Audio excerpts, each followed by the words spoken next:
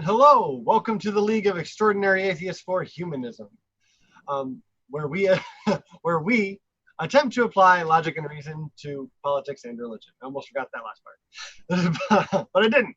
So anyways, I am here with my wonderful, wonderful, lovely co-host, Christy Santiago. Hi, guys. And we're also here with our special guest, Naka, the Raging Atheist. Hey, what's up, y'all? I thought you'd come in more raging than that. Oh, no. I'm trying to mellow it down. I brought moderators in so they can control me. I noticed that. I did notice that. Awesome. So, real quick before we start, Naka, can you tell us about your channel before we get started? Yeah, well, my channel is ever changing, so it's become a place of conversation. It's an open place for conversation, and anybody can come and talk. And I've met a lot of people. I also make edited content, and I'm trying to focus more on humanism. And we just had a really great conversation tonight with Jim Majors, who's in the chat, and about anti-theism. It was really good, and just becoming more serious and having more serious conversation. Mm-hmm. Awesome. Pretty much it right now. And you've been on the great debate community a lot recently too, haven't you? Yeah. Yep.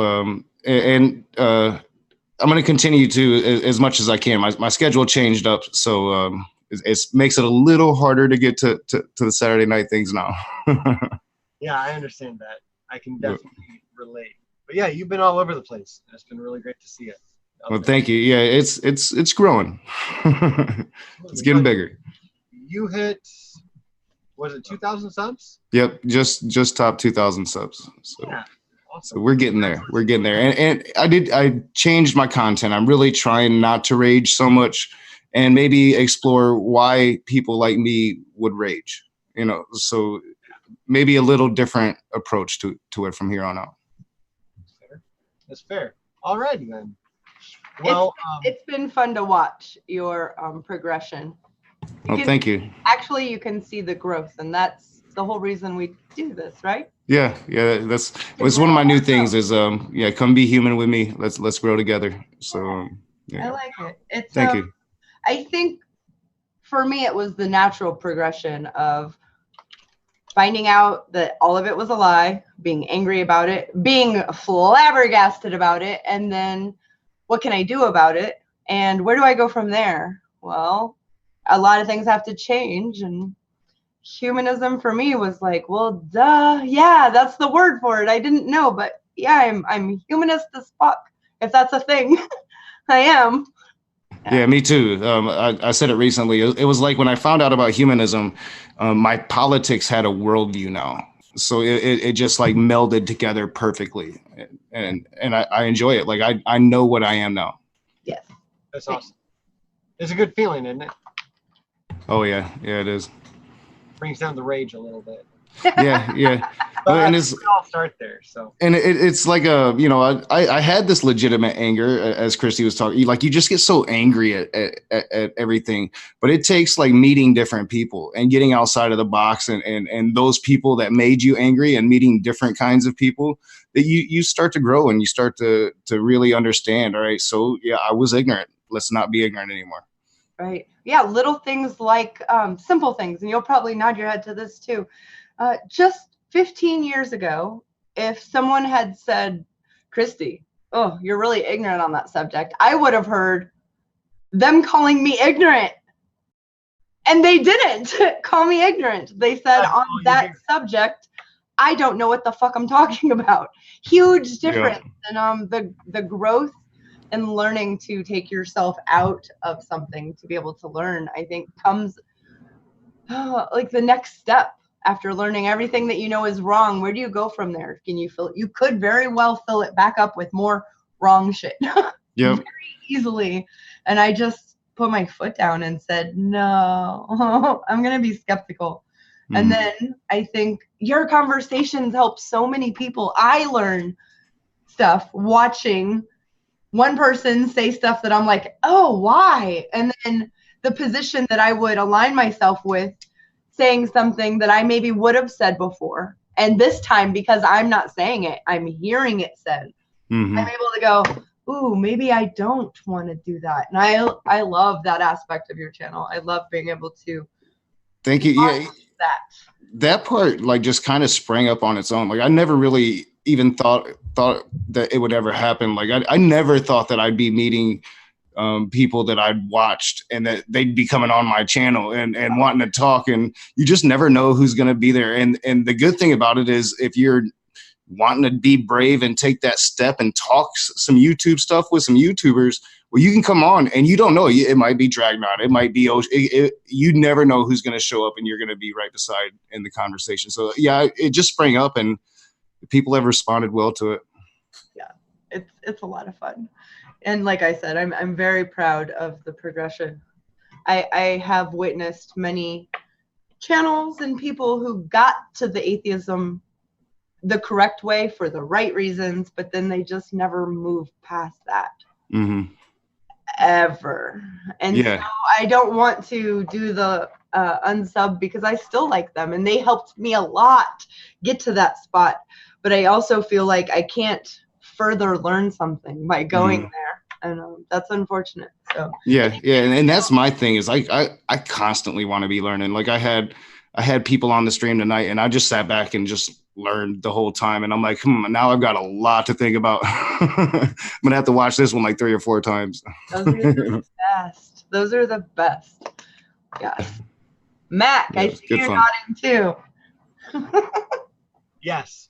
No, yeah, I full-heartedly agree.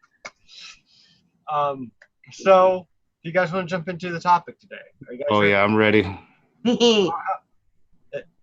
I don't know if you're going to, but Christy and I might rage a little bit. I probably will be. In fact, at a bar last night, I had a conversation with a guy, and he was talking about ALC, and I might have called him a racist, and he might have stormed out.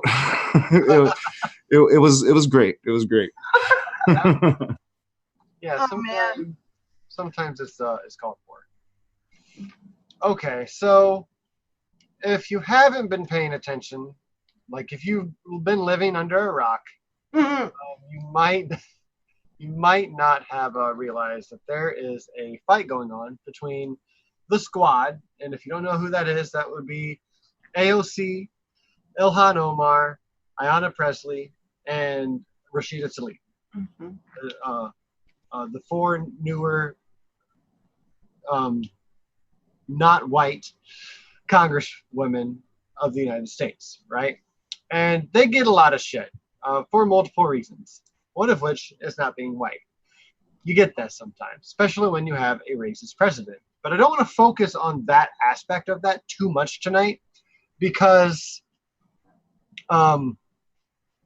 it seems like anyone on the right wing, that's all they hear is he's a racist, and that's all they want to focus on. And even people on the left side of politics, that tends to be sometimes the only thing that we focus on is the identity politic side of it. So I want to outwardly say, because I think we all agree here, our president is pretty racist. He's a xenophobe. We know that. That's just baseline. No, right. Know that. All right. So that's the undertone of the whole thing. We don't need to continuously come back to it, but it will probably come back because it's just all over. It's all over the story. So just layering that bottom layer of the cake. I don't have the very first tweet handy, but I have.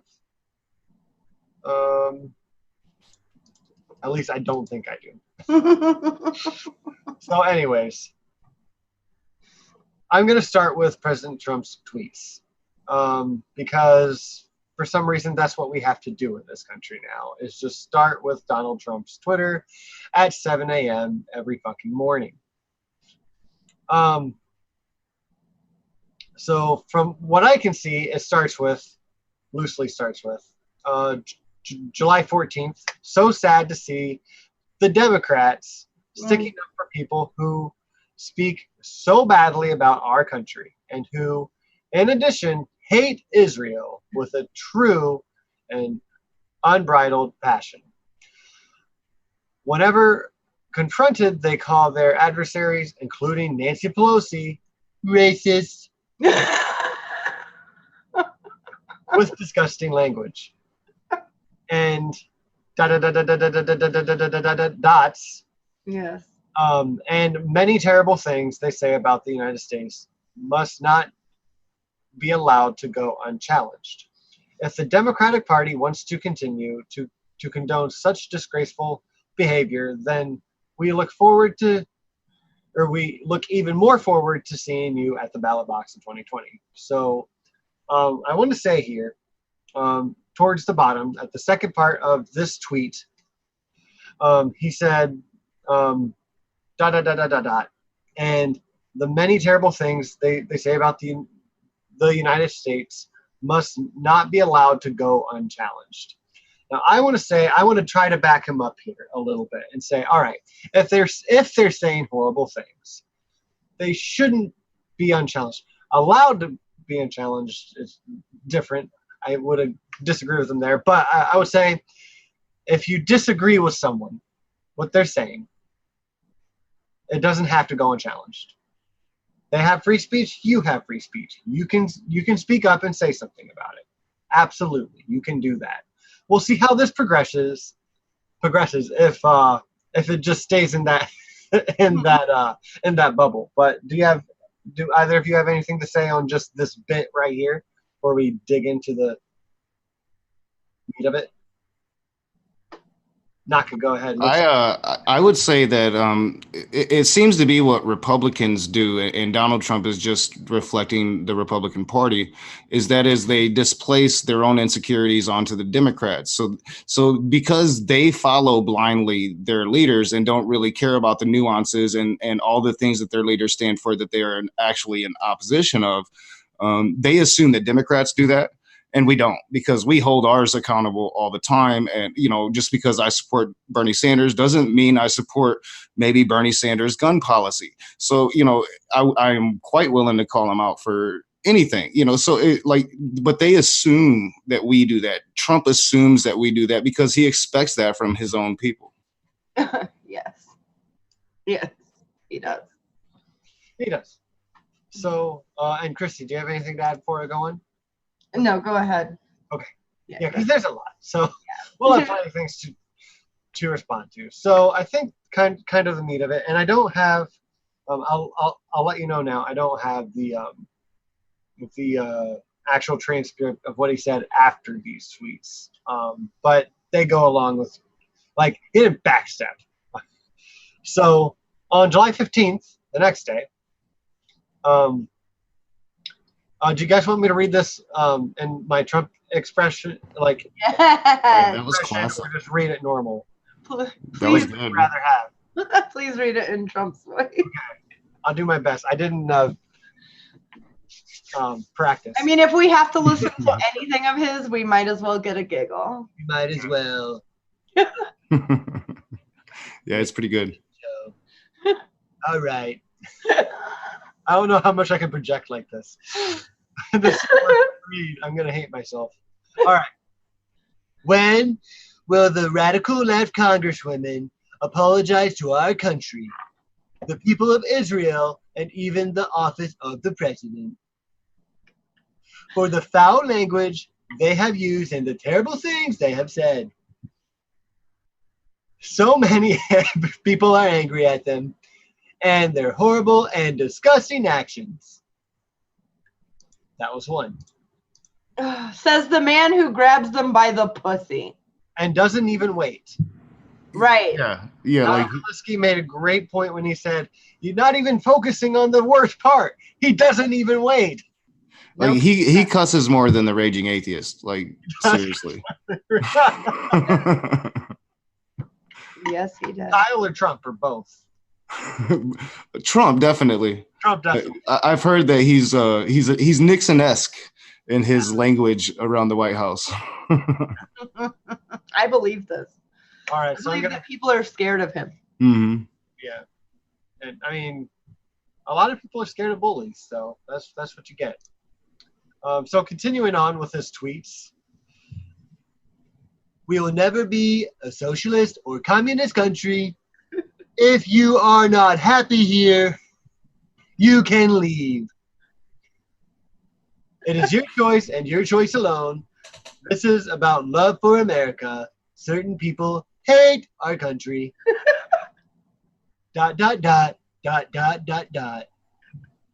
They are anti-Israel, pro-Al-Qaeda, and comment on the 9/11 attack. Some people did something. Radical left Democrats want open borders, which means drugs, crime, human trafficking, and much more. ...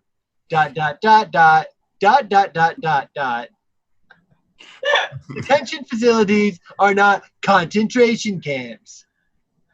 America has never been stronger than it is now. Rebuilt military, highest stock market ever, lowest unemployment, and more people working than ever before. Keep America great. That was awful. I'm sorry for everyone that I just put that through. I think it was classic. Thank you. Classic. Thank you. Okay. But like the whole thing, like make America great. So like you're the ones that aren't happy with America. Why don't you leave? Right. Make America great again, because this country is shit. So I'm going to sit here and try to fix it. It sounds like someone else we know. Yeah. Every time you talk about making America better, they call you a snowflake liptard. Stop crying. As they cry. Yeah, as they cry. So there's a lot here to tear apart. Hmm. Does anyone else want to do it, or should I just dive in? Dive in. Dive right in. Okay. So when will the radical left congresswoman apologize to our country? They don't owe anyone an apology. And that's not just a matter of opinion.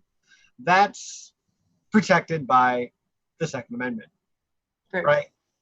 It doesn't matter. Oh, first, I'm sorry. That's protected by the Second Amendment. Because you know how. Wrong stream. Sorry, guys. Well, I mean, to the right wing. To the right wing, all amendments are the Second Amendment. So. The First Amendment. I apologize. Oh, geez. Okay, so it's protected by their First Amendment rights. They have the freedom of speech. They can say anything, really. I mean, let me back that up a little bit. They can say what they're saying. What they're saying is not wrong. We have issues in America. When Ilhan Omar is spewing her anti-Israel, anti-Semite,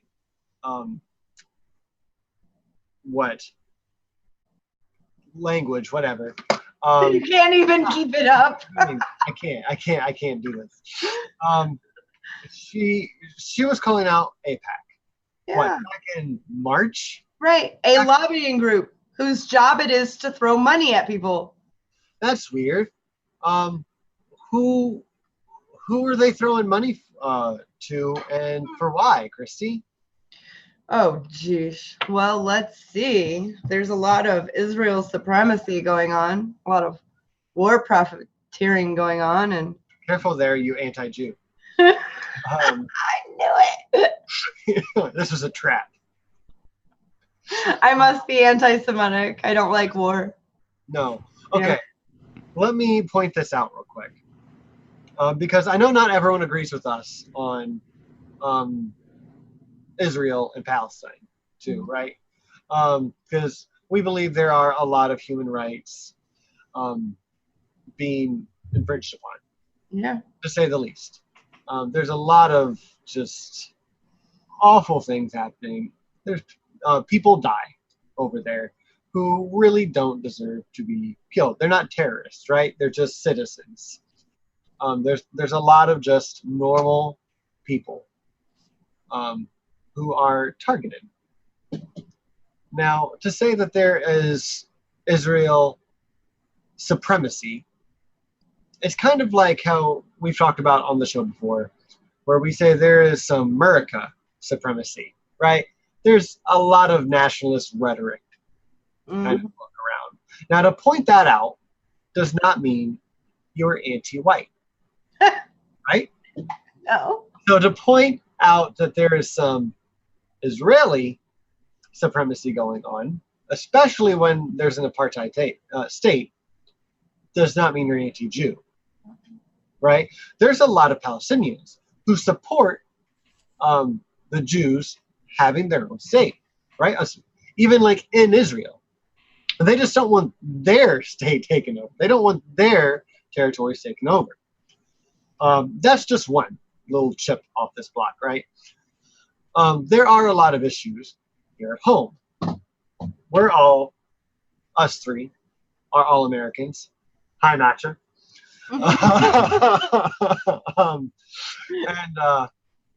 But we all see that there is something or another that is wrong with this country, right? Mhm. Let's just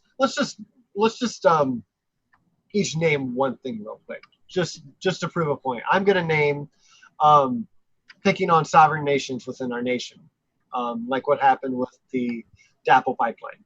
Right. Christy, you go ahead and name one. Put you on the spot. What's something wrong with this country? God. I would say charter schools. Charter schools. All right, fair. Okay. I would say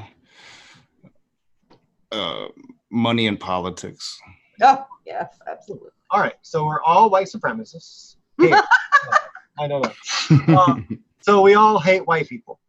And we must hate America. So. We must hate America. We must hate America. We must hate America. This drives me nuts. Because Tulsi Gabbard. If you guys haven't seen it yet, actually, I'm going to go and post it because I actually have it up. I'm going to post this in the chat. Don't watch it now, but please watch this after. Open this link. Just keep it for after the show because, one, I love Tulsi Gabbard. Two, she really hit the nail on the fucking head here. I watched it about a half an hour before we went live tonight.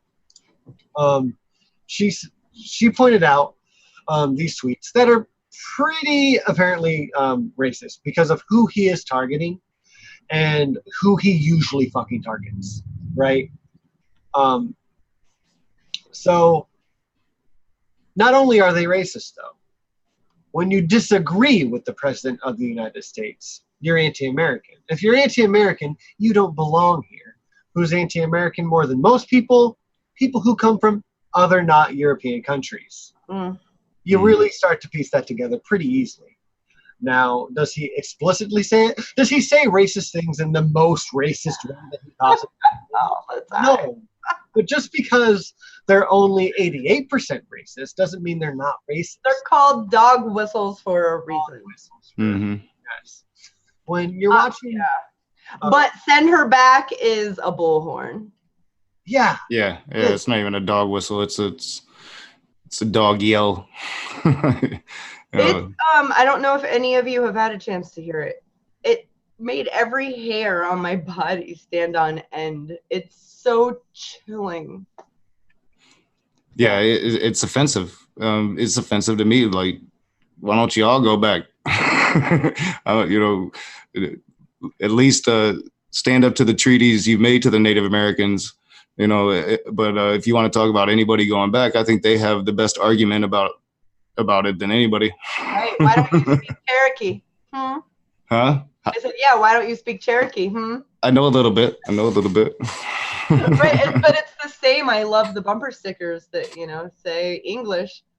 Ha! Why don't you speak Cherokee? Yeah. I wish I would have actually grown up on the reservation, but most reservations wouldn't accept me because of my blood percentage. Yeah, you definitely have to be. It's more than just even blood. There's a lot that goes into. Yeah, a lot of it's growing up on the reservation. Family. Having ties, yeah. Yes, I agree. No, I did go down 1 year and stayed there for 1 year when I was a little kid, but that's all I had. Good memories, you can tell. Yeah.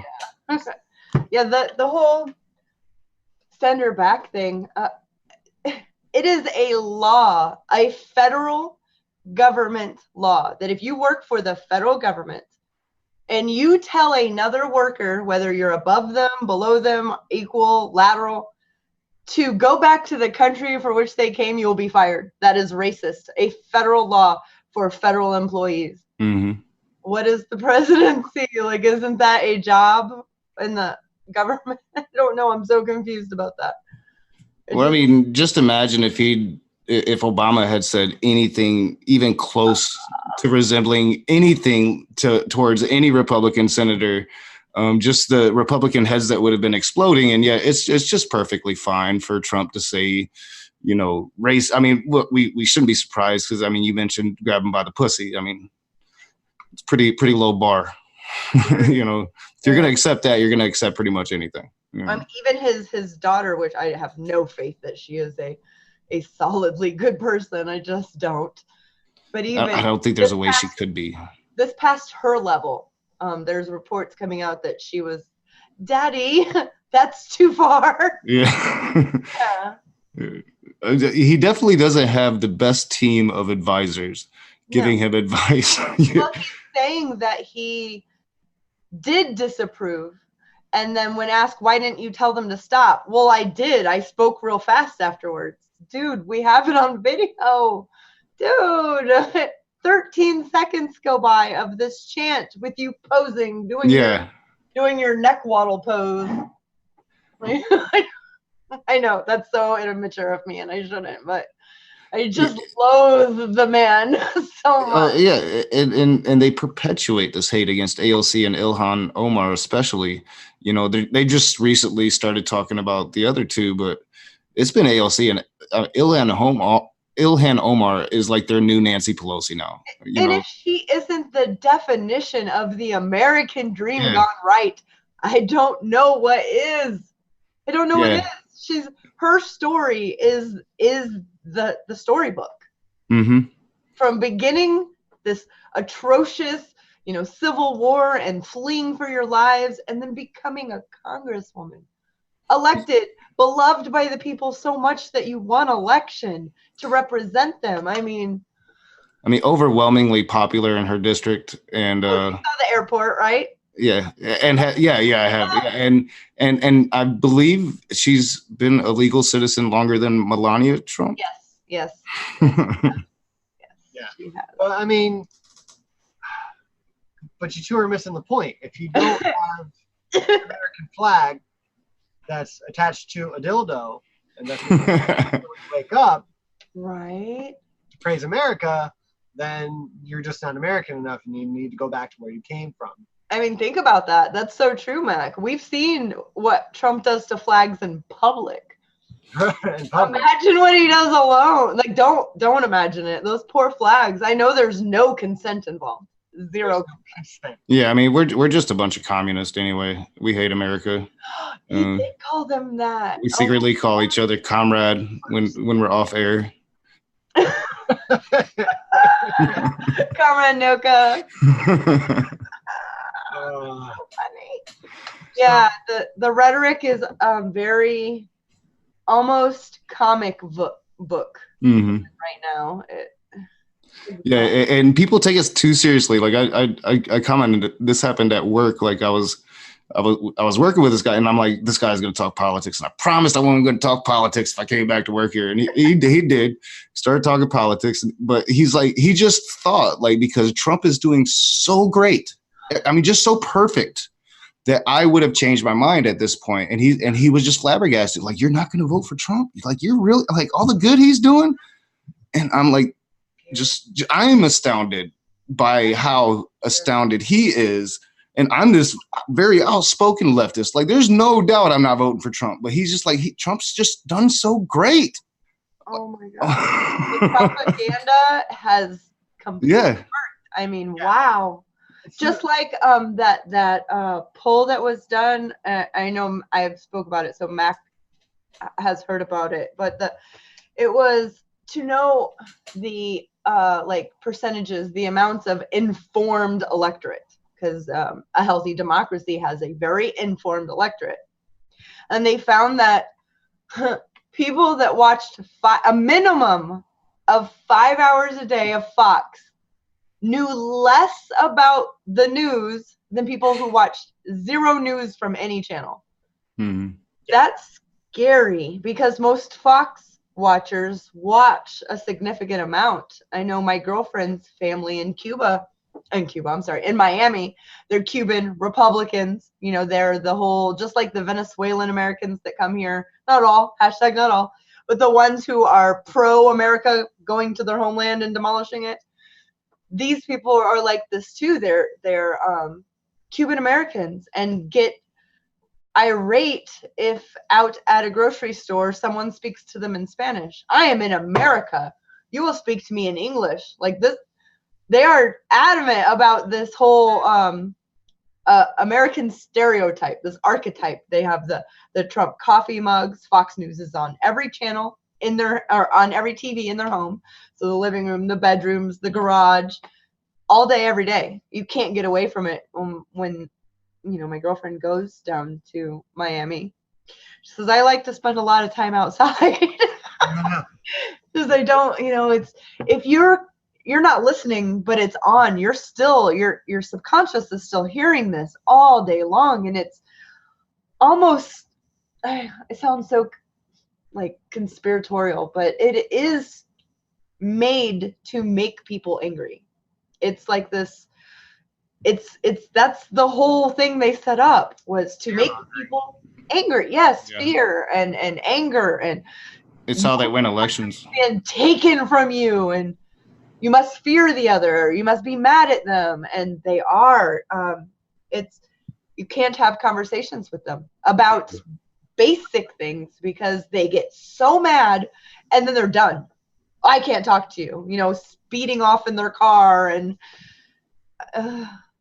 I think that, as conspiratorial as it's going to sound, Fox News, Roger Ailes, these people are largely responsible. They're largely responsible. And I don't even think it's really that conspiratorial. Like I mean, there's a conscious effort to buy up local news organizations and spread this propaganda that's just straight untruthful, and they're doing it for a purpose, and that is corporate politics. You know, Roger Ailes can't make as much money if people are actually educated about real politics and will actually vote based upon their needs instead of, like you're saying, over their anger. So yeah, it's very designed, and I don't think it's very conspiratorial at all. Like, I mean, it's been proven time and time again that they pretty much force these local news anchors to read off of scripts. Yes. Yeah, they've come out and said that they get, you know, every morning they get their talking points. And in these talking points, they have the few things that have to be said this way. It doesn't matter how you feel about it. That's not journalism. It's just not. And then over here, they have the things that you cannot talk about, no matter what. And yeah.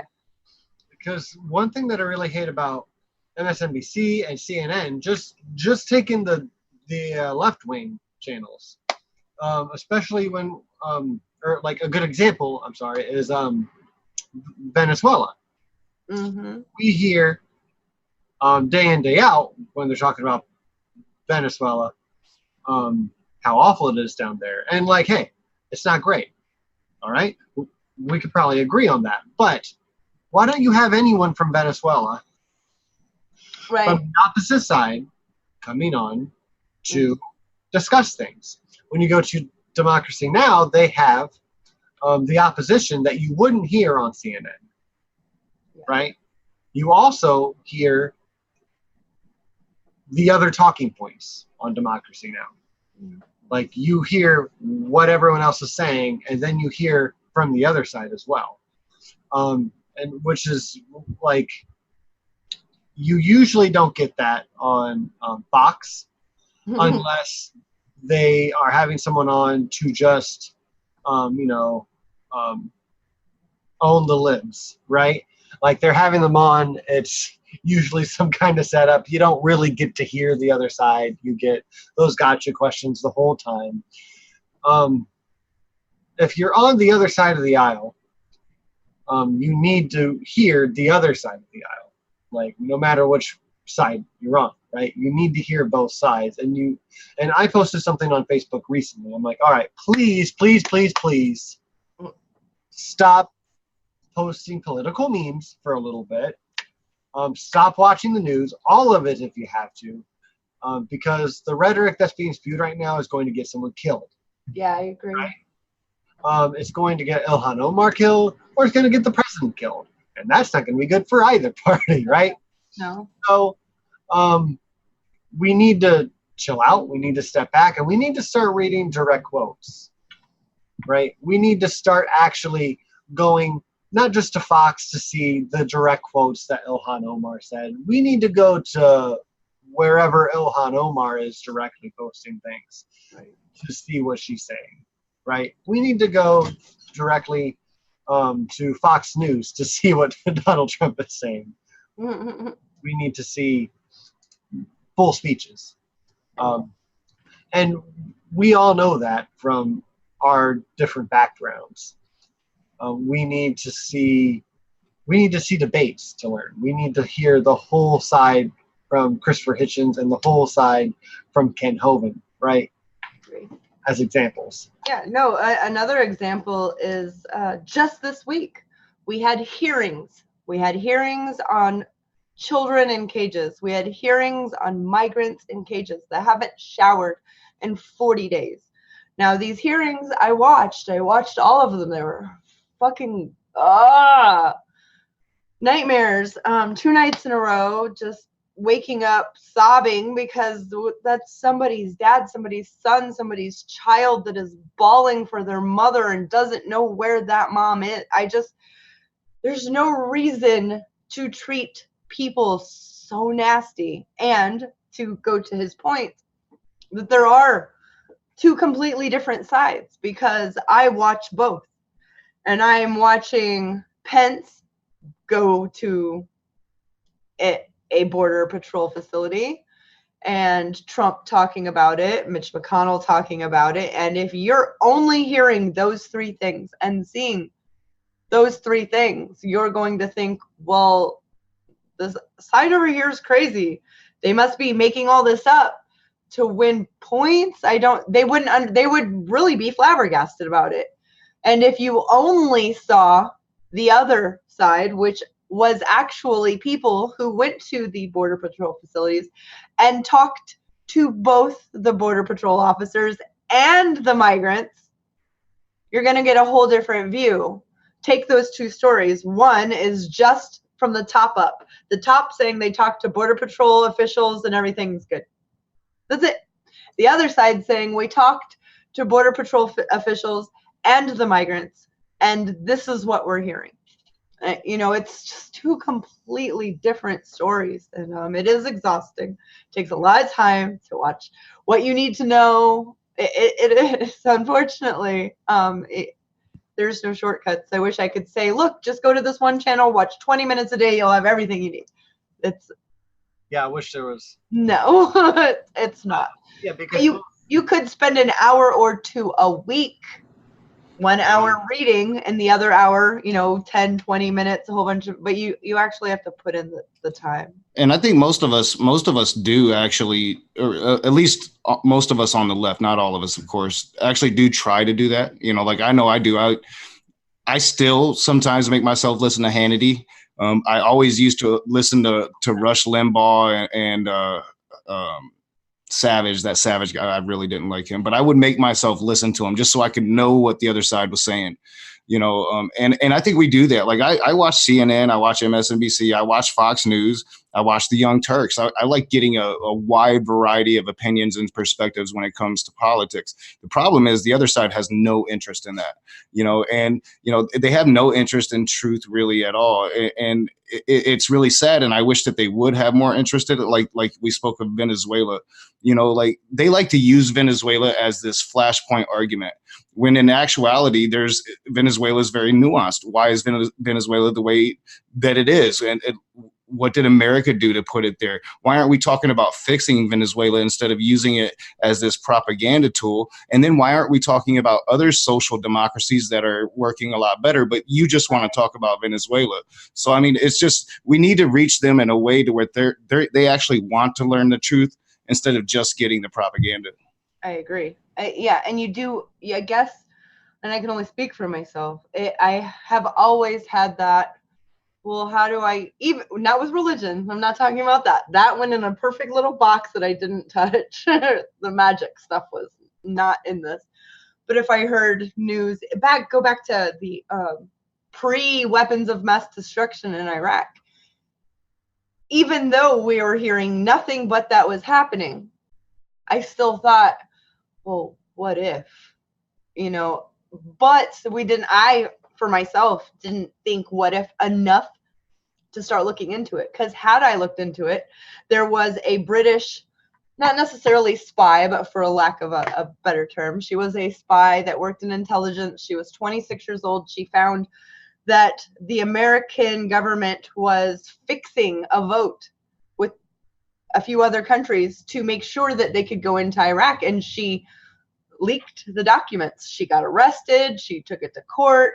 Now, the only news in this country that I could find that talked about her, brought her on and talked to her, was Democracy Now! And Amy Goodman.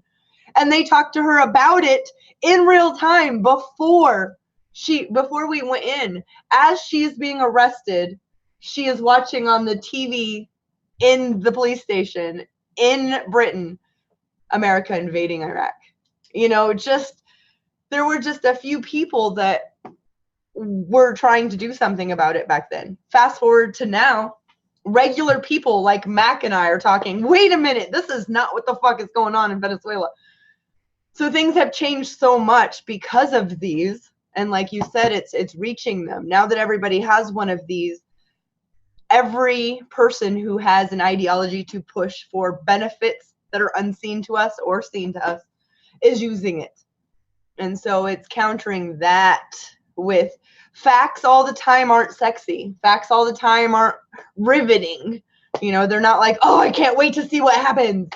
They're just not. So other things are. So people would rather read those, or if they have 15 minutes for news and there's this flashy headline about Beyonce or something that's going to be entertaining to them, a lot of people are going to choose that. I think that's another thing that we're up against is grabbing that ADD American attention, that little tiny bit, with something that will benefit them, maybe even not today or this week, but when it comes time to vote, or when it comes time that someone says, hey, do you remember this? They go, oh, let me look into that because I remember it happened like this. Yeah, that's very nuanced also. Yeah. Or just trying to reach them with their own ideology. Like, like the whole Colin Kaepernick kneeling debate. I'm like, this is settled constitutional law. You cannot force nationalism on people. You can't make him get up off that knee during that national anthem. This is constitutional law.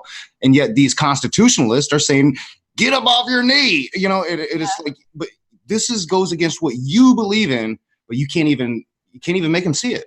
Right. And so then there's that where nationalism starts becoming fascism. That's that. Forcing patriotism. When I think of a nation where if the national anthem comes on, everybody hurries up and stands up, I think of North Korea or USSR. I don't think of the United States. I've been at baseball games. I've been at football games. Not everybody stands. People are getting food. People are getting beer. Some people are flushing the toilet. It's just not that way. But as you've seen, I'm sure if you watch sports, my girlfriend loves sports. So there's during football season and she loves them. More and more and more, I see this militarized pregame. They're bringing Border Patrol agents out on fields now.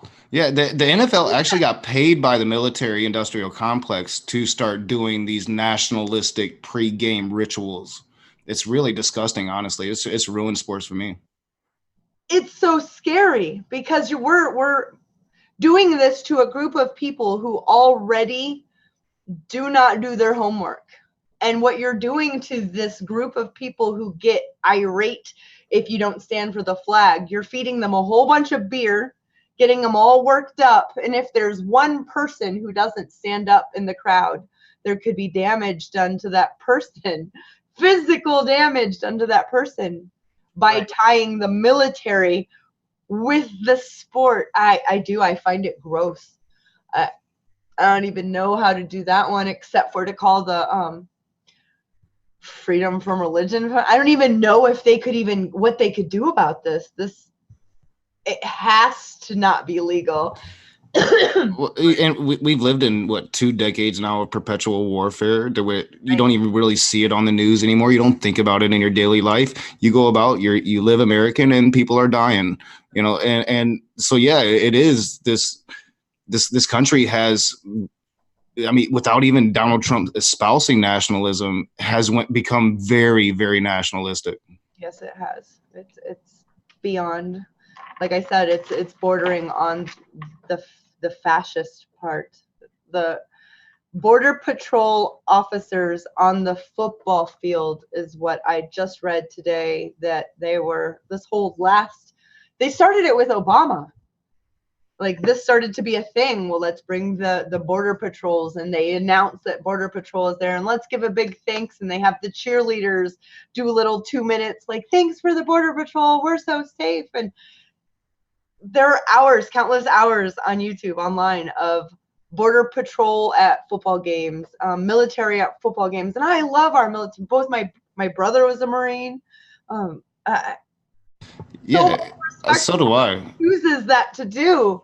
And I always feel like I have to say this. I just do, like a caveat. I'm not talking about our servicemen and women at all.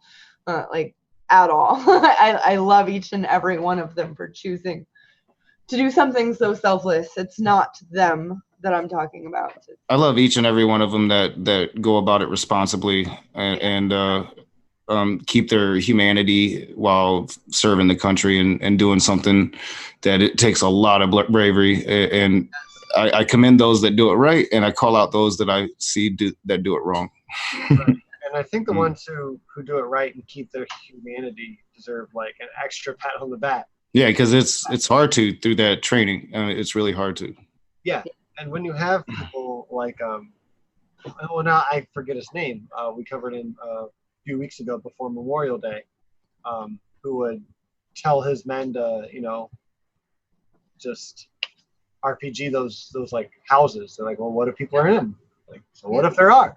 When you have people training you like that, it's hard to keep your humanity, right? And I'm not saying everyone's trained like that, obviously. Again, I feel like I have to say that.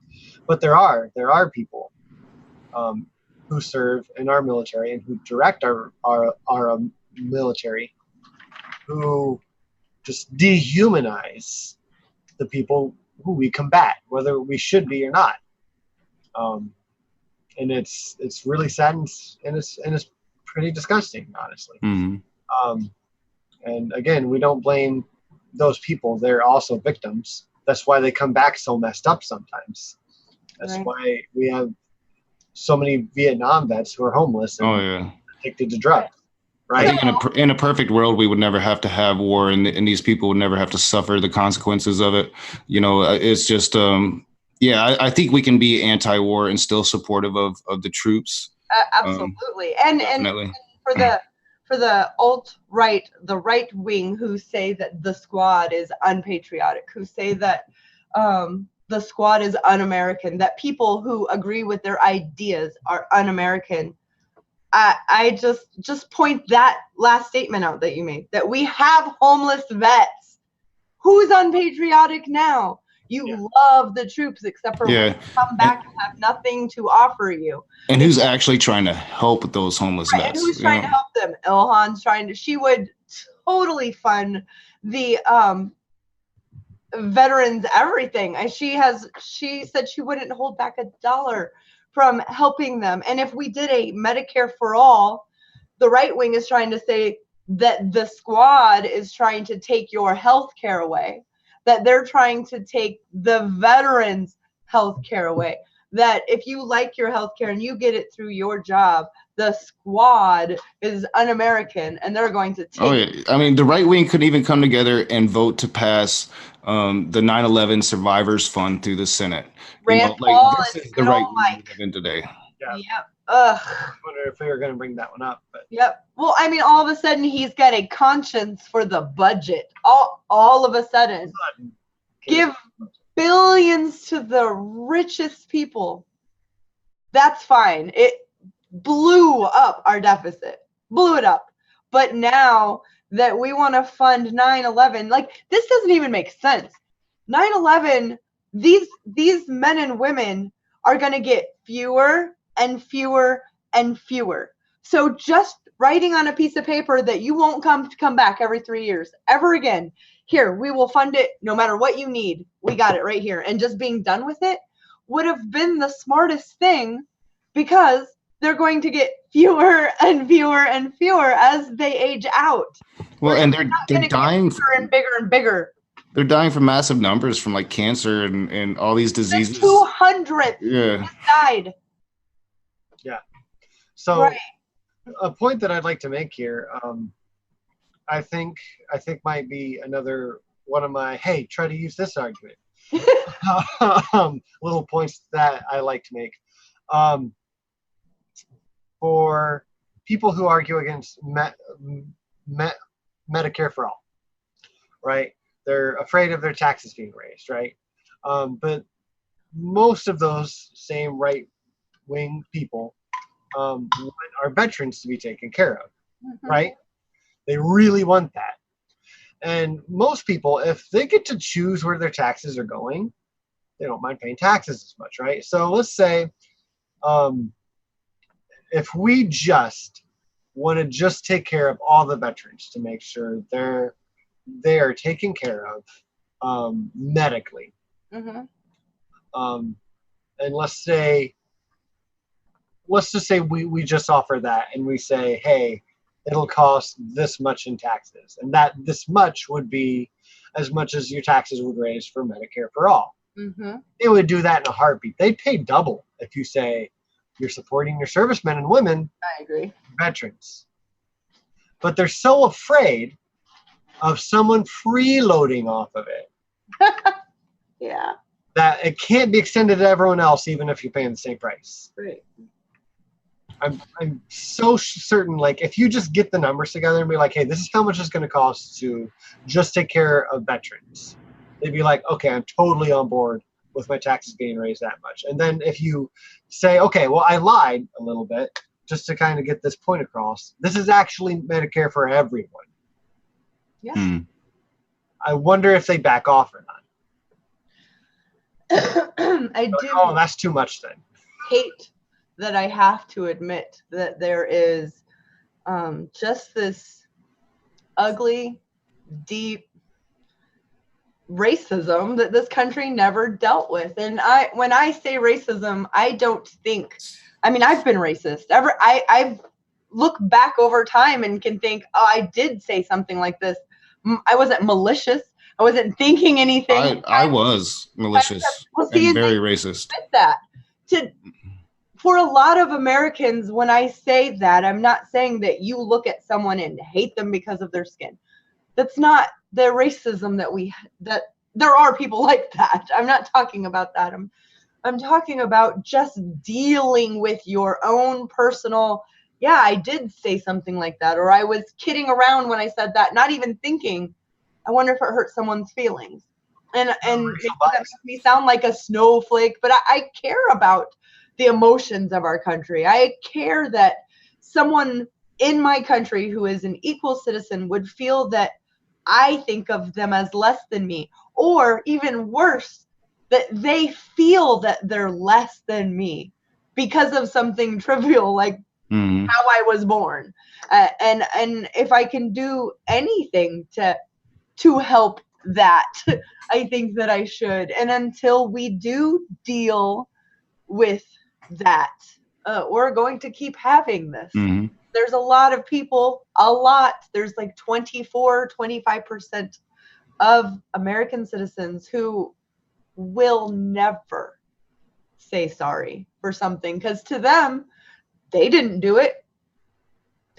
Why are you trying to make me feel guilty is what I hear. I'm not even talking about guilt. I'm just not talking about guilt, and I'm not talking about you personally doing anything.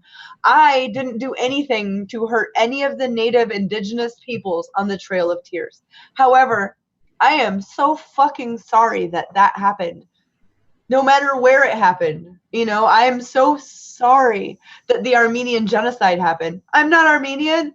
I'm so sorry that happened. And to be able to say that seems like such a little thing, but for that 24 to 26%, it's not tiny to them. It's I don't know why equality to these people feels like being oppressed. I don't get that. I don't get that. They feel that handing out equality to everyone so that they will be equal with them somehow makes them fear losing. I think it's because that they actually are racist, and they've just learned how not to talk racism anymore. Like I said, when I was a racist, I mean, I literally hated other colors of people. I grew up in North Carolina. I had that rebel flag on my wall. We said things like the South will rise again. And what do you mean by that? Well, you literally meant that you wanted the South to rise again and you wanted to reinstitute slavery. And if they deny that, then they are lying to you, because that's what it means. Wow. They really want to reinstitute slavery. So these people are still racist. They've just understood that now they have to scream, hey, I'm not racist. I got this black friend. So they can go to their Klan meetings and be anonymous. Right. So they went from hoods and burning crosses to khakis and white polos. Yeah. Yeah. Good point.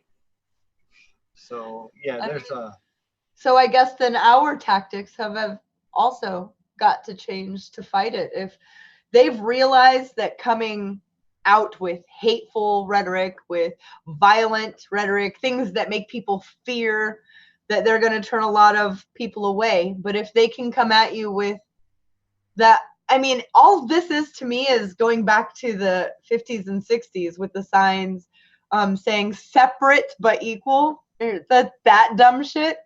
To them, to me, this is them now.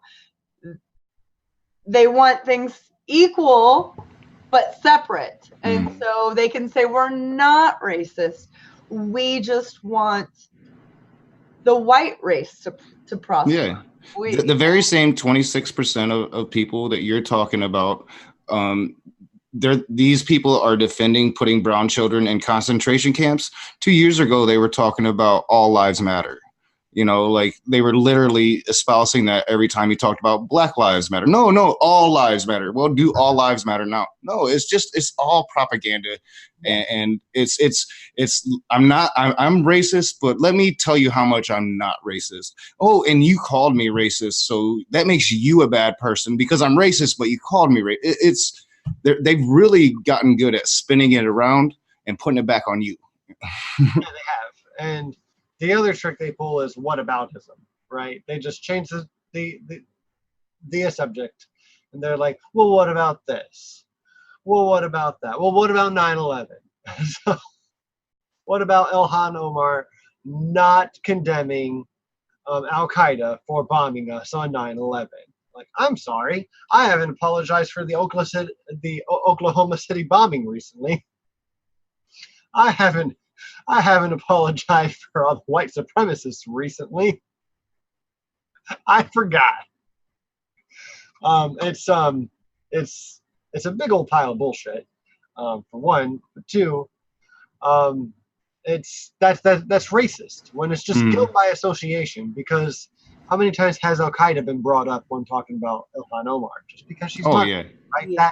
That makes it racist. And just labeling her anti-Semitic is a dig at her. Oh, she's a Muslim. She must be anti-Semitic. It's an assumption about her. When she said nothing, she's actually been very supportive of Jewish people and Israel.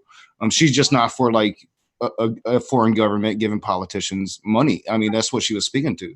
One of the biggest Jewish groups in our country, #never forget that group, they love her. They've been at every protest for Border Patrol. They've been at every rally. They were at Unite the Right to counter protest.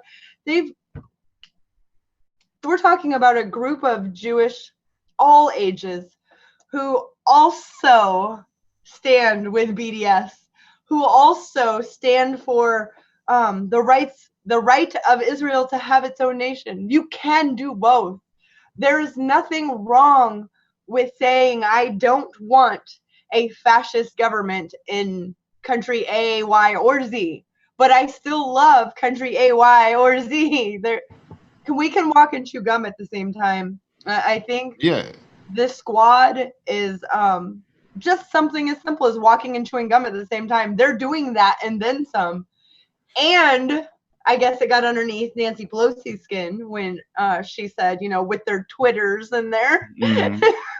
Well, Nancy Pelosi doesn't like that they refuse to bow to that corporate will. They refuse to sell out like, the rest of them did. They're not doing that, and time will tell to see if they do.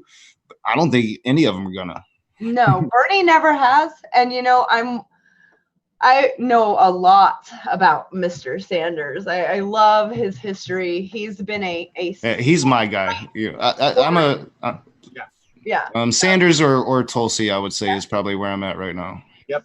I love that even if he didn't win this, which to me he is going to win. Like he's the only one that can beat Donald Trump. Head to head, policy to policy, yes, the only one. But even if he didn't, he wouldn't miss a step. He would be right back into, okay, well, where's the next rally? Where's the next, let's do this. What a better person to be in charge of the American idea than somebody like Bernie. Now, when I look at AOC's career as far as before politics, she's just always been the, well, what's the problem? What can I do to help? Where can I step in? Not, well, if I do this, what do I get? She's just not that person. Hopefully, and she's been on the front lines for a while. Most don't know this because Republicans love to scream about how a year ago she was a bartender. Yeah, she was a bartender in between gigs because she's always been on the front lines of major protests. She was one of the organizers of No Dapple. AOC has been doing this for a minute, And I see the parallels between her, the social justice that she finds important and puts her body on the line. I see the parallels with Bernie. I mean, Bernie was getting arrested and dragged away by cops during the civil rights, chaining himself between two black women because they wanted to make these children go to this little tiny rat-infested school instead of letting them integrate. Like he's the man. And so I feel like it's taken Bernie 40 years to get to this point. 40 years. And it's taken him from running for president in 2016, 4 of these last years, to get the squad. The squad, all 4 of them are Justice Democrats. All 4 of them.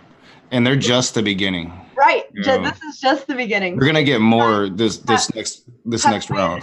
Members of the Justice Democrats since the beginning. When we heard that this was a kind of like a campaign to get candidates to sign on to that would make these pledges of 0 corporate money. You must support healthcare as a human right, education for all, the Scandinavian model. You have to sign on this dotted line. Ro Khanna, he wasn't a Justice Democrat, already had a spot in our government and said, I like that. He signed on. Right around that time, Stacey and I had already been, like, we're so excited about this. And 70-something or 67 candidates ran as Justice Democrats, and 34 of them won. Yeah, and they were saying we wouldn't win a single one of them. Like, oh, you ain't gonna. You'll be lucky if you get one. You'll be lucky. We got 37, and we beat Joe Crowley. Yeah, that was just the first round. It's like up to 50-something now, and not just that, but if you guys get a chance to check out Wolfpack.com, I don't care if you like TYT or don't like. It has this has nothing to do with liking TYT. If you care about money and politics, good people got together and said, what can we do? Well, if we get 34 states to come together and say, we want to have a constitutional amendment for one reason, to get money out of politics. Well, it's a lot of work. So if Wolfpack comes to your state, it will take between 2 years and 5 years of working every single week, all year long, to get the amount of people in the state to say yes and put pressure on the government to sign it. So right now, I think we have 7 states. Yeah, we had 8. We lost 1. Right. We were almost to 9, and those 2 fell through. Yeah, I know. But I need to put fire under your ass, because the Koch brothers have 28 out of the 34 needed. 28. For completely different reasons. But they also want to have a constitutional amendment. And think about the guys that they have involved in this are the same guys that rewrote Chile's constitution.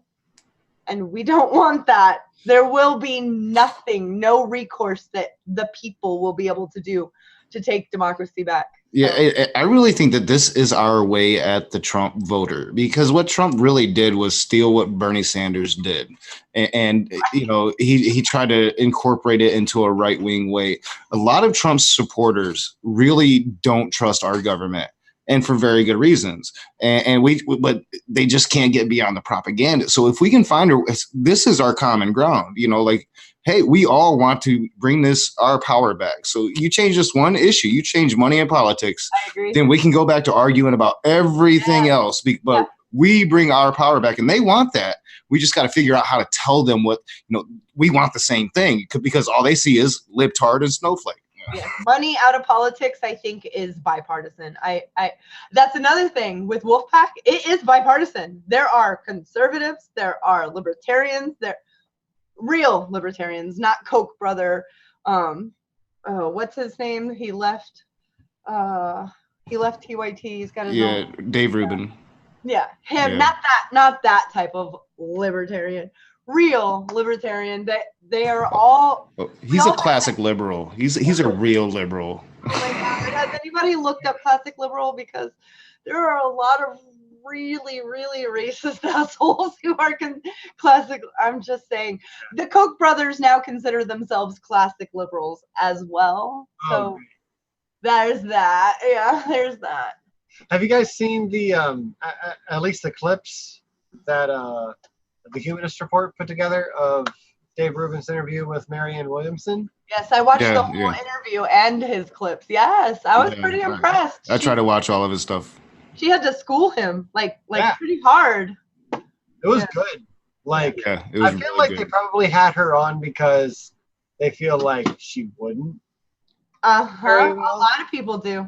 Yeah, and she came in and like fucking fed it to him. Yeah.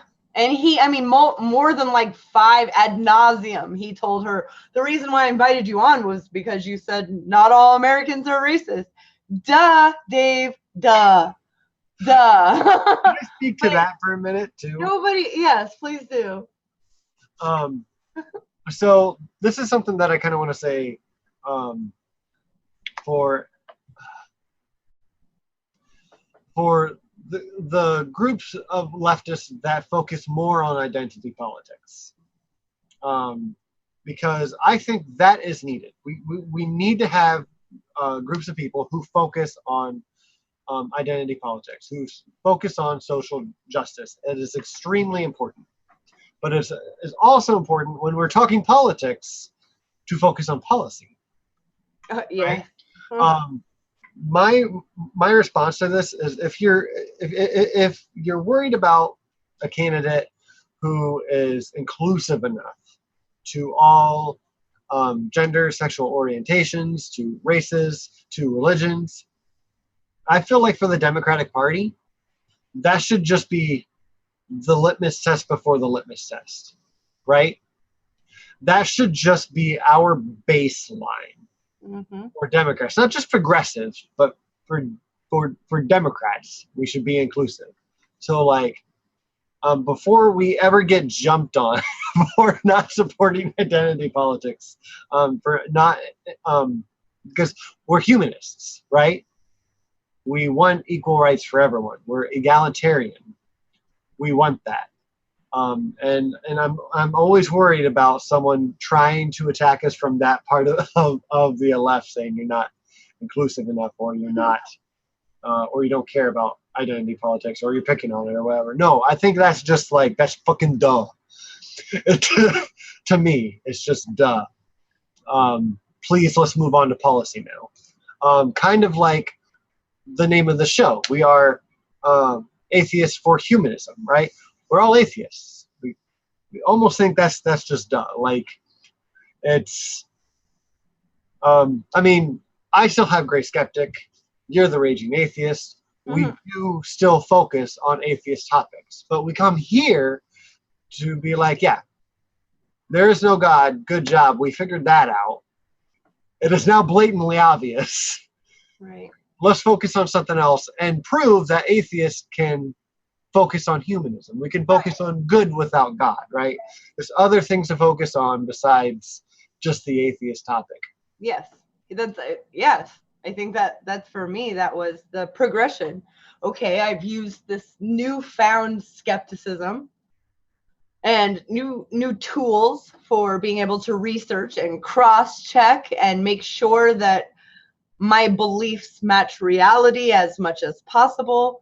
But now that I've got here, I've gone over the evidence for the existence of a Christian God, for a Muslim God, for a Hindu God.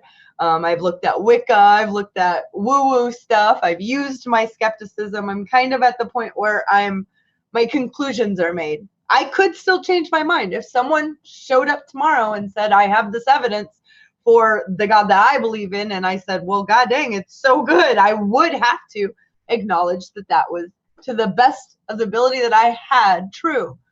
But since I have reached my conclusions on that, it was, well, what can I do now with these new tools of skepticism? What else have I been lied to about? And if not lied to about, what else was I not told the whole truth? What else was I indoctrinated into?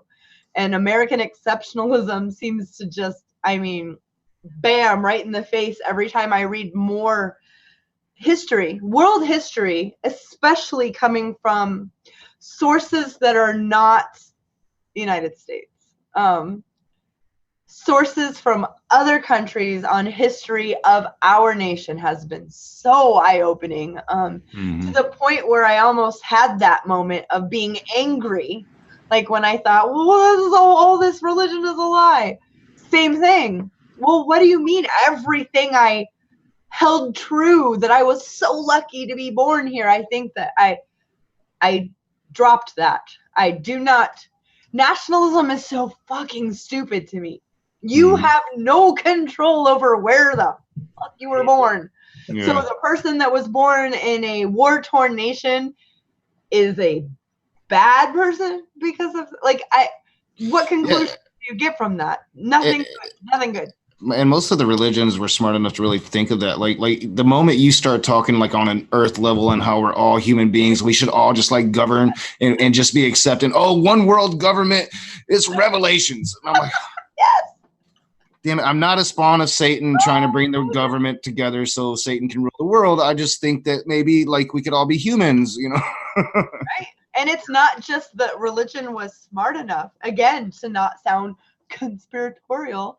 Reagan, during sending death squads to Central America to make sure to put an end to a lot of things, the Sandinistas, the leftists, all of the people who wanted to nationalize the resources so that the country could benefit, they all had to go. And at that time in Central America, the Catholic Church was going through this really big change. There was no prosperity gospel. That was not, it was Reformation. It was almost socialist in nature. And it was big. It was taken over. And I can't tell you the priest's name. It doesn't matter. If you type in priest killed by Reagan's death squads, you'll find the story. It's that easy.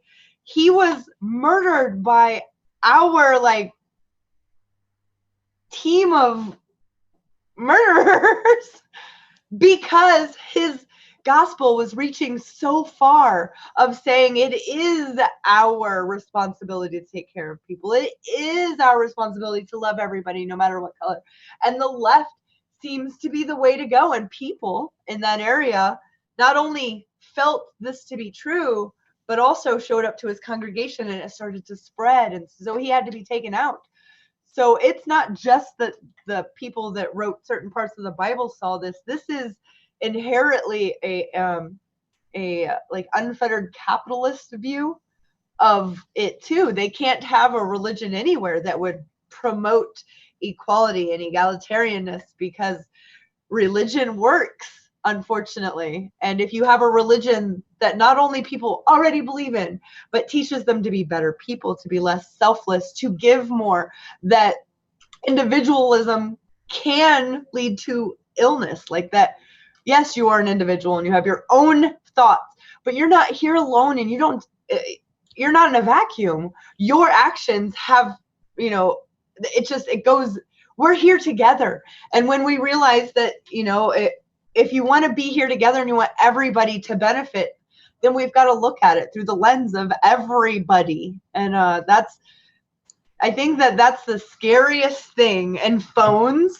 have helped us realize that. I mean, our producers in Australia, we found people that are like-minded all over and can be friends with them. And that's really scary to people who want to shut down any ideas of togetherness or community. Yeah, it has to be rugged individual. That it has to be for them. That's been the best part of YouTube for me, is just getting to know so many people all over the world, like every corner of the world at this point. All these different countries, like that is just pretty awesome. I agree. And not just that, education. I have learned more about Marxist theory on YouTube, not from YouTubers, from actual education.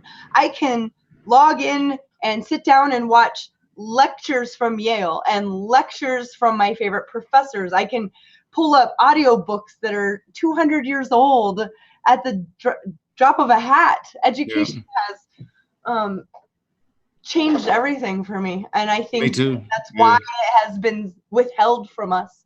Yeah. I think that was deliberate, and you can see that, you can see it really hardcore on Native American reservations, actually, and what they did during that whole period of putting natives into boarding schools and trying to erase their culture.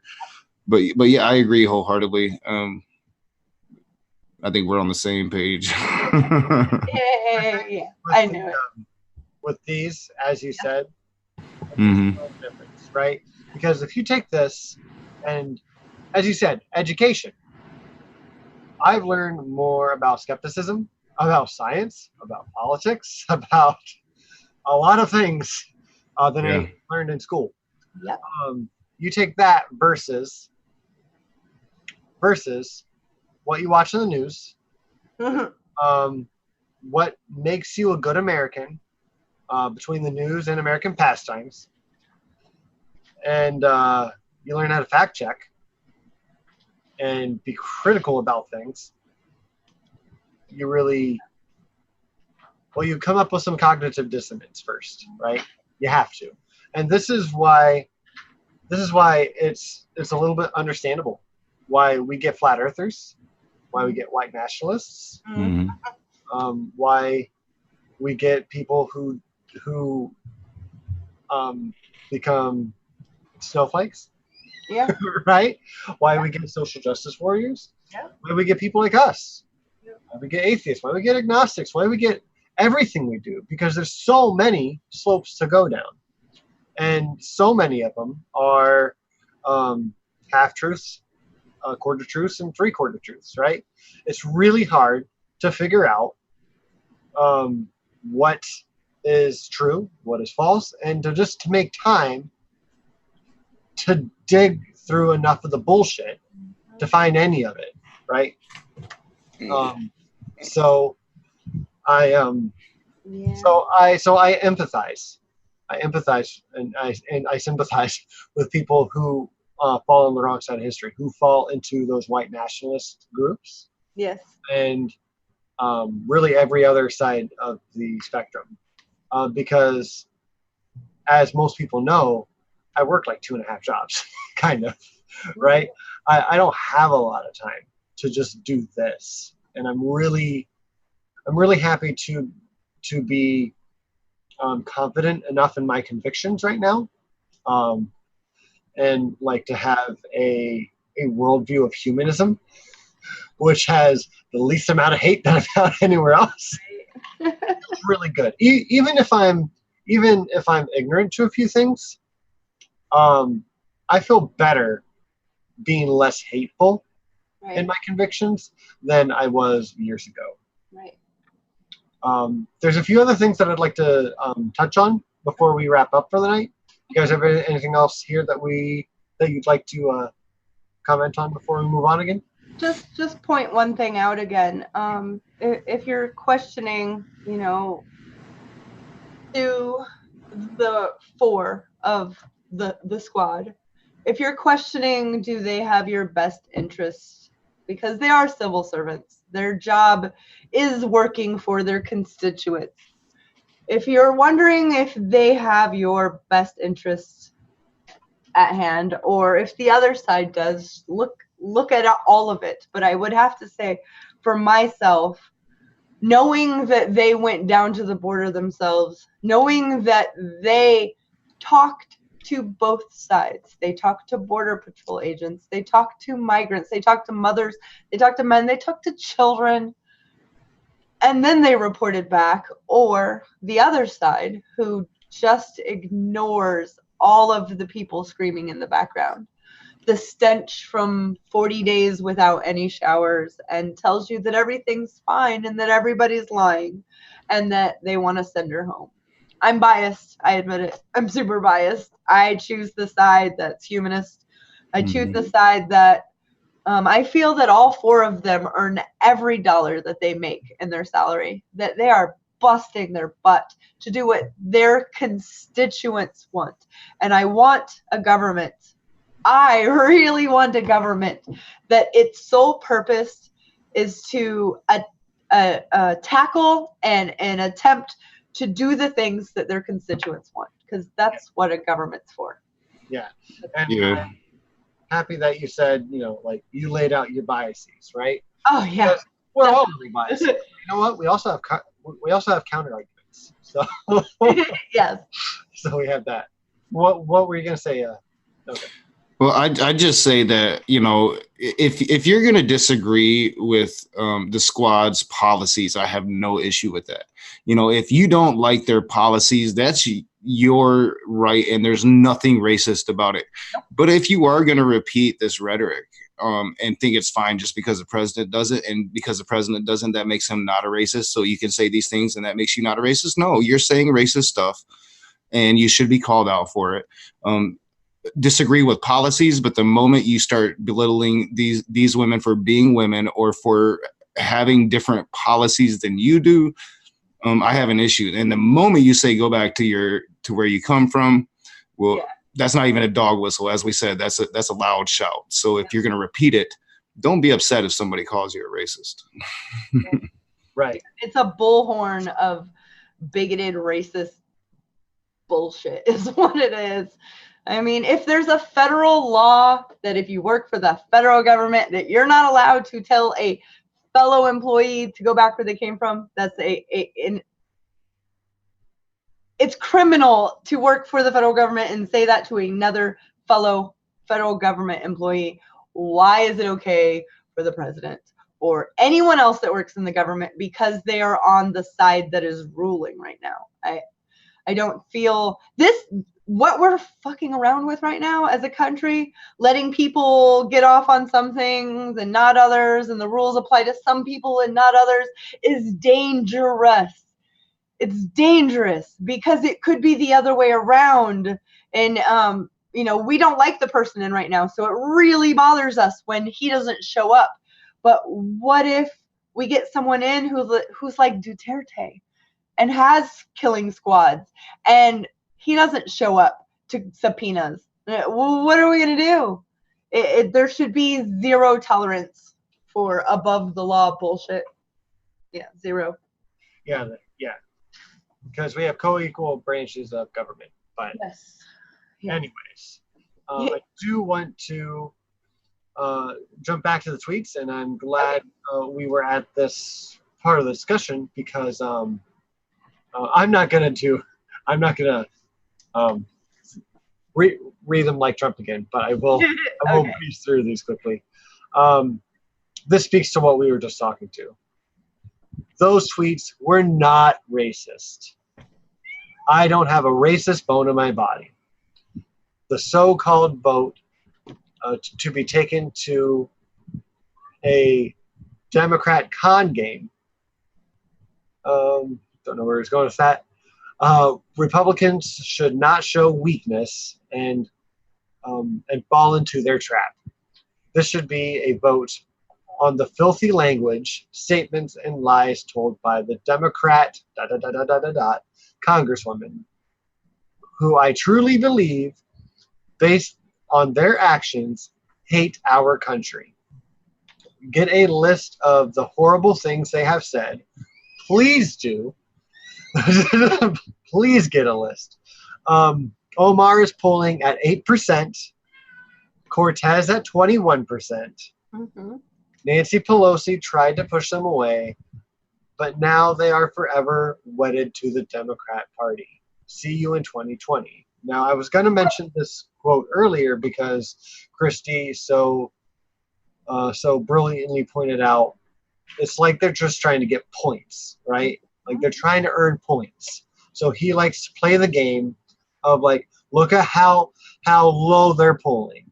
Look at how high I'm polling. I went to Donald Trump's Twitter to pull these, obviously, and it's a fucking shit show. It's just so. Yeah. I wish it was organized better by like date, but he just tweets so fucking much. Hard to dig through any of it, and so many of the things I saw was like, hey, look, I'm polling at 50%. Thank you, everyone. Also, Ronald Reagan polled at 88% or something. Yeah. Like that. Oh, well, that was for his like 96% approval rating from the Republican Party. And they're like, oh, by the way, Ronald Reagan, by the way, I'm beating fucking everybody. It's just all about points. He's had the biggest crowds in the history of ever, remember? Big. He's got the best words. Best words. He has the best. I want to drop him off on an island surrounded by big water. Big water. So this last tweet here speaks to these points that he's accumulating and how this is just a fucking game. All right, I highlighted this one because it just speaks to everything he is. Not that it's surprising. I don't even know why I'm reading it, but he's quoting someone. You couldn't tell because there wasn't an open quote. There's a quote, close quote. If you come after the president, the country, the flag, he's going to defend himself because he is the flag. He became one with the flag. We saw that. What the squad doesn't like about Donald Trump is enforcing the very laws that are on the books that were put there by Congress. She quotes them. Anyways, close quote. Jason Chaffretz, also by Jason's great new book, Power Grab. So he quotes that because it's so serious. Also by Jason's book because it's a power grab. Like, okay, I'm glad you're taking everything so goddamn seriously. Nope, it's a game. Yeah, it's a game. Mm-hmm. Congresswoman Alexandria Ocasio-Cortez tweeted and Ilhan Omar retweeted, Trump has decided he does not want to be president of the United States. He does not want to be president to those who disagree. He'd rather see most Americans leave rather than handle our nation's enshrined tradition of dissent. But we don't leave things we love. Right. American flag emoji. And I think that was a perfect response, because we don't leave things we love. We try to fix them, right? He ran on Make America Great Again. Right. He hated what the country was turning into. Right. This is such a double standard. This entire conversation is based on a double standard and racist rhetoric. I agree.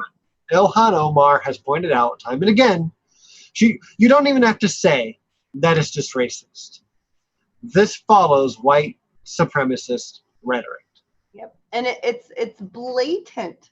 It is blatant. Because I, like you mentioned earlier, you like to watch a little bit of Fox, a little bit of this, just kind of like touch base and see what's going on there. And I also did that with looking and watching what was being said about AOC and Ilhan Omar and the other two, Presley and Ayanna, or Ayanna Presley. And Rashida.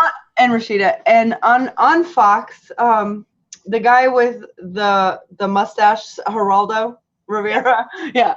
Okay, so he's sitting on the far right, and then you have the other three, like the morning show or whatever it is, and they're talking about Ilhan, and he did actually push back.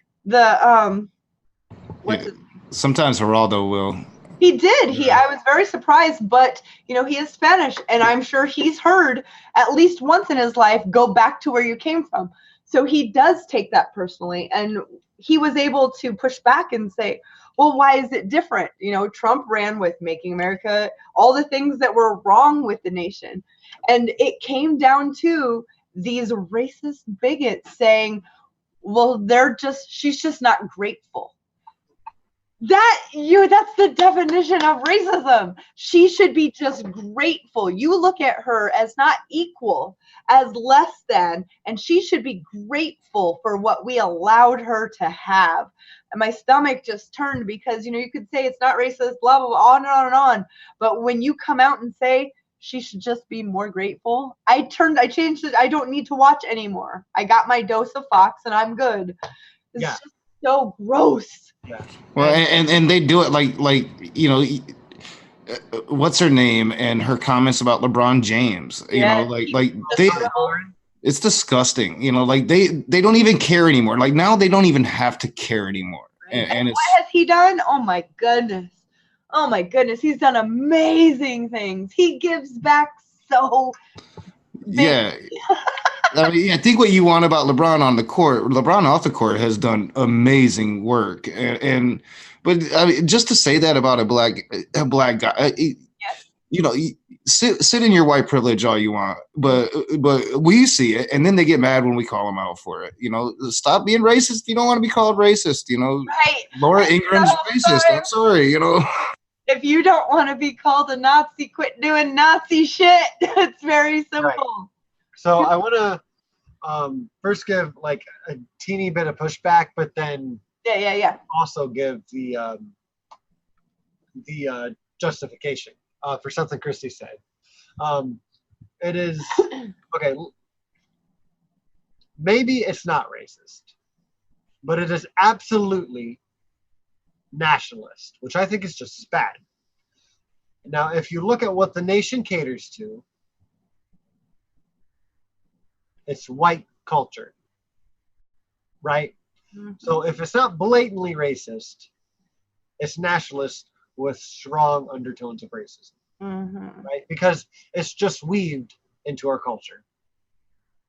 So please, if you disagree with us, at least see what we're saying here, right? We're not just trying to blow it up. We're not being snowflakes, right? Mm-hmm. We're reading between the lines, and it's really, really easy to. Mm-hmm. Back to where you came from is a racist phrase. It's hateful. It is very hateful. Hateful. It's ugly. It's below the place we want to be as a nation. Yeah, I mean, are all Republicans racist? Of course not. The Republican Party is a plethora of human beings like everything else. A lot of them seem to be okay with racist comments. Yeah, for sure. But that's not calling them racist. And, you know, if you don't like that your party is known for these things, change it. Yeah. Stand up and condemn it. Say, I am a conservative. I am a Republican. I don't agree with this. This is wrong. Be the party of Lincoln again. You know, remember those ideals. Wouldn't that be nice? He got shot for a reason. What was it? Yeah, for doing the right thing, for wanting to do the right thing. The party has not always been this way, and I don't think that maybe this has to be its permanent, you know, stance. I don't think that. I think that the younger generation every single day blows my mind. They're just more informed. They're more empathetic. They're more creative. They're more accepting. They're more inclusive. They're just amazing. And that's, you know, hashtag not all. Of course, you've got to say that because there are some dinglings. But for the most part, they come from, the time they come from is this. Claim is said to them. They say, hold, please. That's not true. Like, it's very different than when we were growing up. When I was growing up and claim was said to me, whatever it was, I had to either believe it because I trusted that person or not believe it. Those are my options. Or go to the library and try to figure it out, which, I mean, I had other things to do like most people did. So, and most people just ended up asking their parents, and whatever their parents told them, that's what we believed. Right. Things have changed so much. And so I do have hope that the party can be helped. I don't see that happening right now. I don't know of anybody in it that are trying to change it, but I do know of 4 girls known as the Squad who are trying with every bone in their body to change the party that they belong to be a better party, to be more inclusive, to be more egalitarian, and to care about the constituents for which they represent and to do their bidding and not be beholden to corporations because they don't take $1 from them. So there's that. My bias showing again. I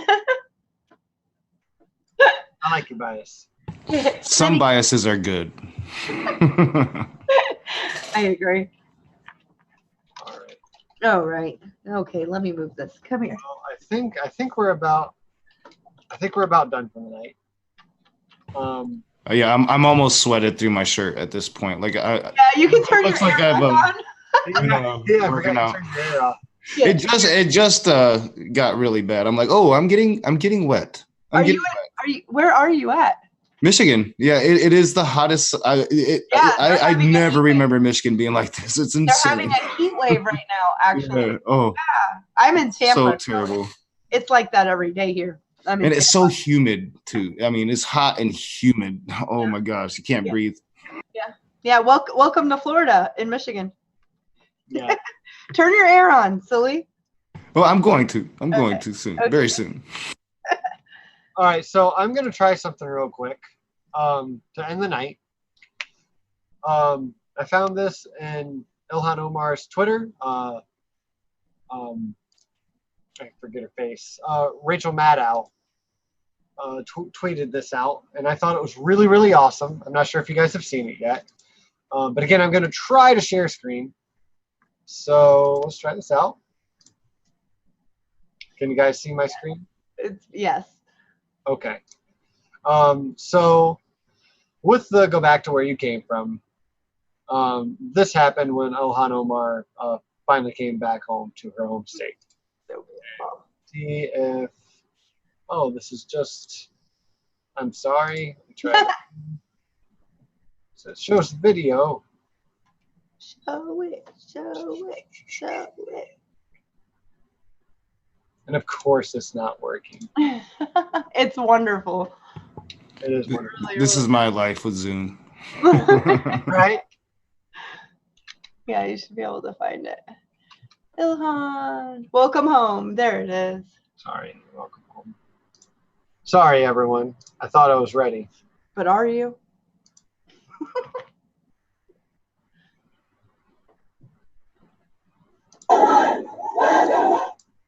All right, we'll try this again. Can you guys hear it?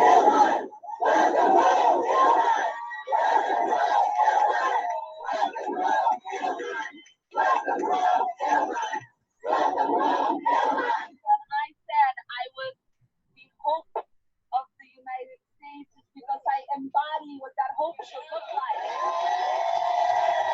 And when I said I was the president's nightmare, well, you're watching it now. Because his nightmare is seeing a Somali immigrant refugee rise to Congress. We are ready. And we are in the people's house, and we are going to continue to keep fighting until we have the America we know we all deserve. Thank you.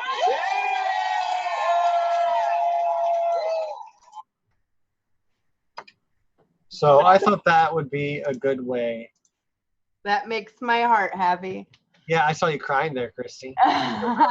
It just is such a good happy, you know, because nobody had. She's so hated in her district, though. You know, she's just so hated. I mean, look at that, though. Bernie has been a representative for 40 years. People still to this day in his home state love him. But when you go to like Mitt Romney's home state or Mitch McConnell's home state, any of these people who we know do not do the bidding for the people they represent. There's a different, that would never happen when Mitch McConnell came home. It just wouldn't. And, you know, when you're doing the right thing, the people notice. And this is coming from an atheist. I think that she is the best person for that job. She's a Muslim woman, because humanism isn't about that. It just isn't. It's about what's doing the best. And guess what? Doing the best means that you're doing the best for Muslims. You're doing the best for Hindus. You're doing the best for atheists, for Christian.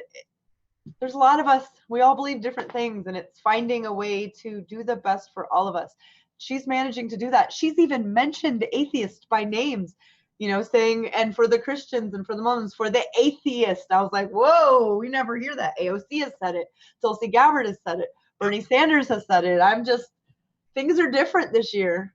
Yeah, I'm hopeful. Absolutely. And for everyone who's watching, who's of the militant atheist mindset, which I get it and I agree to a certain point. When we're looking for politicians, we want politicians, at least right now, who are tolerant, right? Who are tolerant of atheism as well as other religions, especially if you also have a humanist mindset, right? We believe that you can believe whatever the fuck you want to believe, right? You have the right to that belief. We also have the right to say it's stupid, but you can believe it. That's fine. You can do that. We just want the respect that most other religions get, right? We want the respect of like, hey, we can not believe whatever we want to believe or believe what we want to believe. Right. We just don't want to be ridiculed for it, right?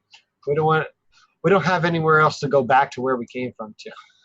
There's no atheist state for us to go to. So we want to help fix things here, just like everyone else. Yes. So that's all we have for you guys tonight. I hope everyone enjoyed the show. This was a wonderful.